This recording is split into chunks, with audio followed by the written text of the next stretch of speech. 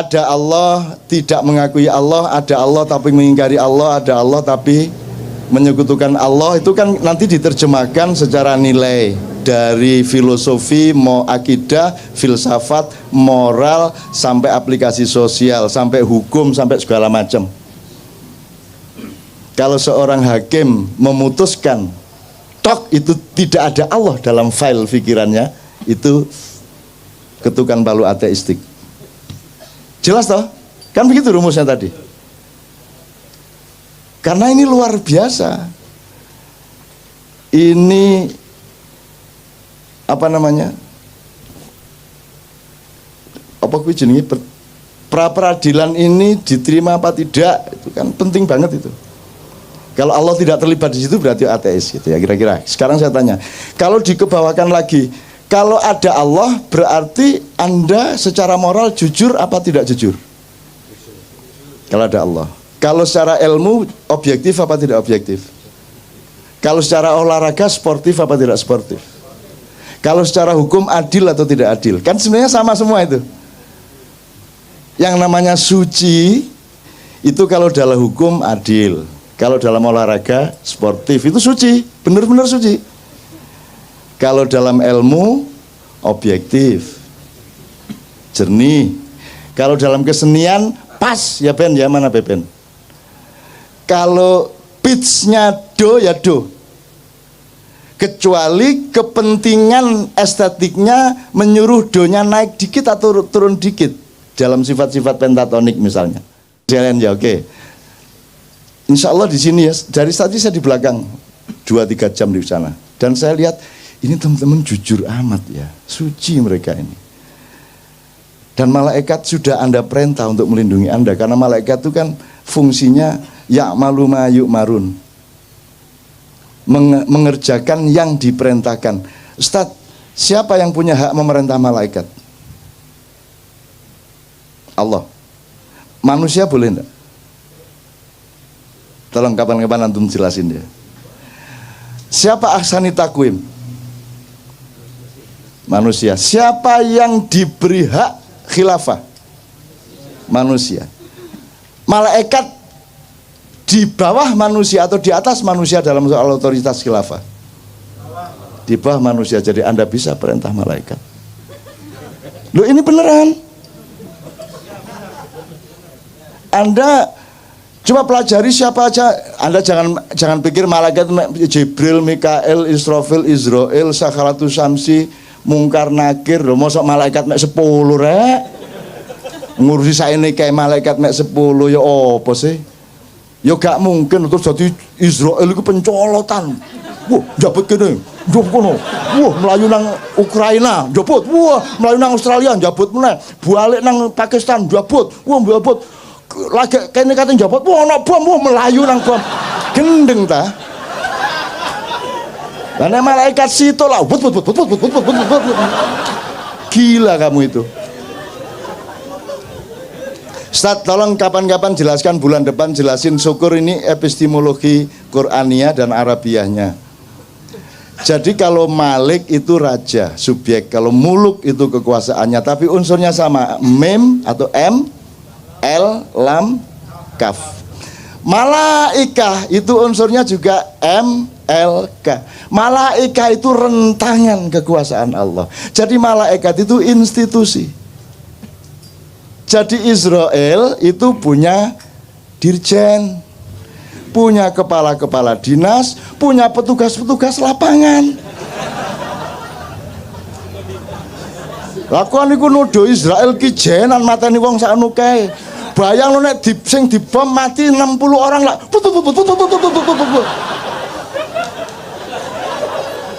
Kan bareng matine.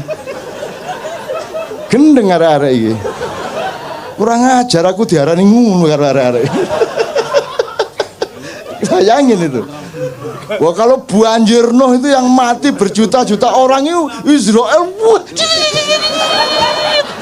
Wah speed tinggi pokoknya wah itu reme mbuh piro itu. Gimana sih? Malaikat itu institusi. Gitu loh. Ada Perdana Menteri namanya Jibril, menteri ini namanya Mikael, menteri penerangan namanya Israfil. Masa Israfil ini trompet terus dadadadadadadad. Masa diciptakan Allah bermiliar-miliaran penggaweane mek ngene ya. Gendeng arek iki. Mbok pikirannya hidup. Nah, ini kan Anda berlatih untuk ludeng akalmu, betul enggak? Di sini ludeng enggak pikirannya? Aku tanya, di tempat mana yang kamu bisa ludeng semerdeka-merdekanya tapi tulus seperti di sini? Begitu kamu ke kantor, bisa kamu mikir gitu? Kebuntu kan gitu kan? Di sini Anda ludeng lah ya. Terus nodoh Israfilku penggaweane trombon. Gendeng arek. Itu berarti dia yang melakukan, dia sound system, dia loudspeaker of all information from Allah, kan gitu. Jadi informasinya gak mek tuet-tuet tok. Engko dia terus usul, Gusti Allah mbok kula nyuling barang. Mosok nerompet tok itu kan. Engko dia nggawe proposal. Wah niku enten gamelan kula nggih tak ngegong ah. Arek-arek iki lho. Gimana ulama-ulama ini jelasin Islam ya Allah? Kok tidak boleh berkembang akal sehat itu? Gitu loh. Itu berarti dia yang menjadi duta informasi. Jadi al-khabirnya Allah itu melalui Israfil.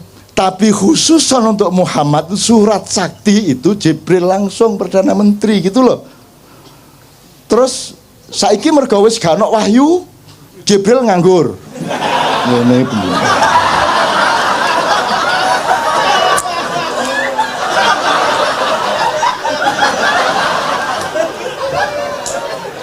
Semiliar tahun mulat. Wis gak ono nabi ya. Nunggu saya dikai akal gak digawe gitu. Jadi Jibril mau manggal karo awakmu iku. Aku mek diarani pensiun mulat. Terus mari ngono main biliar bola 3 kecetak-cetok ijen. Terus mari ngono aerobik. Arek-arek iki. Ndak. Makanya belajar madza al-wahyu wa ma adraka mal wahyu. Wahyu itu apa? Dipelajari dong. Kalau ilham itu apa? Hidayah itu apa? Fadilah itu apa? Maunah itu apa? Dipelajari gradasinya, strukturnya, perangkat-perangkat dan persyaratannya. Kamu pikir Allah itu membikin terus Allah itu wah ngenteni jek suwe kira Jokowi. Wah jek suwe ki Soeharto. Bagi Allah seluruh kejadian yang kita alami dari Adam sampai kiamat itu cuman des ngono tok. Kalamhin bil basar. Sekejapan mata ngene gitu. Jadi ketepnya niki wis kita sudah berlangsung sekian triliun tahun. Itu sama dengan Nabi Sulaiman bikin sayembara, siapa yang bisa bawa istana Bilqis ke sini. Terus Ifrit, saya yang akan angkut memindahkan istana Bilqis ke sini. Berapa lama kamu membawa? Kata si Sulaiman alaihissalam. Sebelum Baginda berdiri dari singgasana, istana sudah sampai ke depanku. Sulaiman kan menghormati jane wis kesuwen jane gitu, tapi dia nggak ngomong dia. Bisi aku dok kesuwen nun ya. Nggih aku.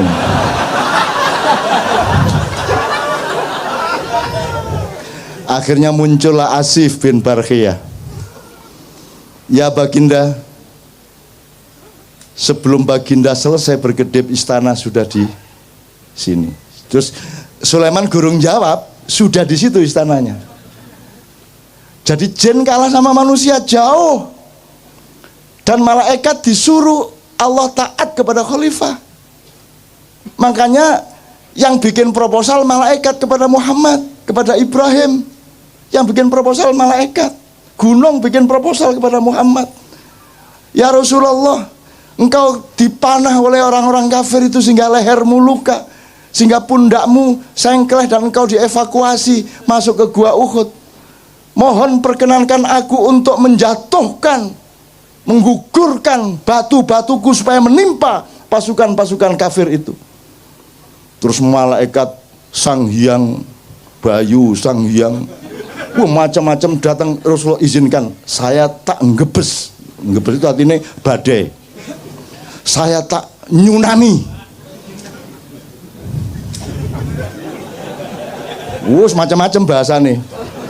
Terus ruang sana nek malaikat cara apa? Kamu pikir siapa yang mengajari malaikat ngomong? Tahu benda ini, benda itu. Ustaz, apa ayatnya? Adam diajari Allah, Adam mengajari malaikat. Jadi karena kejadian air yang naik ke darat itu namanya tsunami, ya ada yang ngomong, "Kula tak nyunami nggih Kanjeng Nabi," ngono. Wah, aku krungu dhewe rek. Pokoknya menawarkan, bikin proposal, mohon izin kepada Muhammad SAW untuk ikut membantu Muhammad menghancurkan orang-orang kafir. Muhammad mengatakan, tolong jangan lakukan.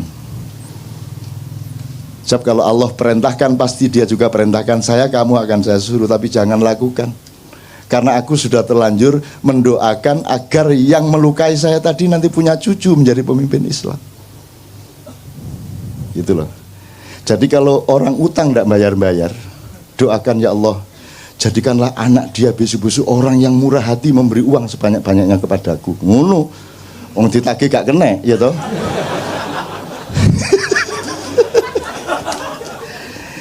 Gembira ya Anda ya. Loh, ini namanya rahmatan lil alamin. Bukan hanya rahmatan lil ard loh. Kita khalifatun fil ard, tapi rahmatannya lil alamin. Jadi Anda harus bisa ke Mars. Anda harus naik ke langit-langit. Anda harus ke langit 2, langit 3. Anda menembus dimensi-dimensi. Karena Anda berkewajiban untuk rahmatan lil alamin. Lah ini bumi tok aja kamu tidak bisa rahmatan lil alamin. Paten-patenan bendino. Soal tato gelut. Ayo tatoan gak oleh wudu. Gitu toh? Gak sah wudumu. Seneng arek-arek. Kok gak sholat? Aku gak iso wudu ya. Disangganya terus sedih, seneng. Wong gara-gara tatoan gak bisa wudu. Akhirnya dia gak pernah sholat kan. Sing salah sing bid'ahno atau sing karamno gak sholat akhirnya. Jadi kalau Anda ingin tidak sholat, mulai besok tatoan. Padahal wudhu itu kan bukan urusan kebersihan jasad, tapi kebersihan hidupmu, rohanimu, perilakumu, akhlakmu. Makanya secara simbolik meripatmu dibasuh, karena kamu harus waspada, kamu sering melihat hal-hal yang tidak baik. Begitu juga telingamu, mulutmu, hidungmu, dan seterusnya, kakimu, tanganmu dibasuh karena dia sering melakukan, dibersihkan dari perilaku-perilaku biasa. Kalau yang kentut pantatmu tidak diusap. Masa ana wudu ngene rek. Ngene wudu. Nggak ada. Bal yang kentut siapa? Jadi yang kotor mana? Pantatnya tuh. Nah, jadi ternyata wudu itu bukan urusan kotornya badan. Wong buktinya yang dicuci mukanya. Kalau Anda tidak paham soal ini, lama-lama badanmu bertengkar sendiri. Badanmu, wajahmu begitu diwudhi, mah aku gak melok ngentut.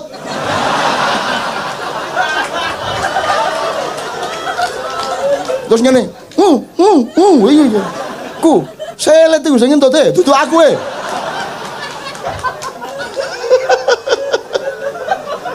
Logis ya? Jelas ya? Agama menggembirakan ya? Paling tidak menjadi rahmatan lil alamin pada dirimu, pada keluargamu, wis alhamdulillah.